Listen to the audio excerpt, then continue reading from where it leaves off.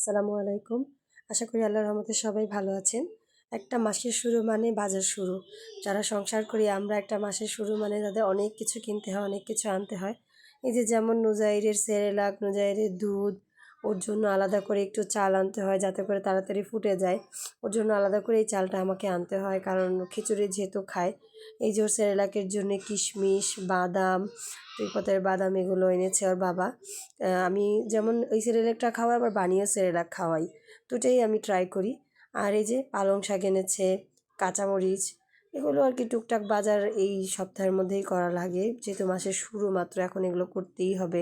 আমাদের সংসার জীবনে এগুলো মানে মূল চাহিদা এগুলো আনতেই হবে। যাই হোক এই যে মাছের বাজারও করে এনেছে সাথে, সাথে।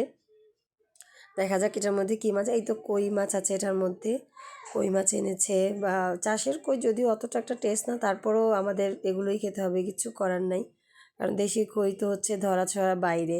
আর আমার ছেলের খুব পছন্দের এটা হচ্ছে পাঙ্গাস মাছ। ও খুব পছন্দ করে এটা। আর এটাকে সবাই কী মাছ বলে আমি জানি না। কেউ ম্যানি মাছ, কেউ ব্যাদা মাছ বলে। যদিও এই মাছটাও ভালো, খারাপ না। আমার স্বামীর খুবই পছন্দের একটা মাছ। আর এটা হচ্ছে আমার পছন্দের মাছ, ট্যাংরা মাছ।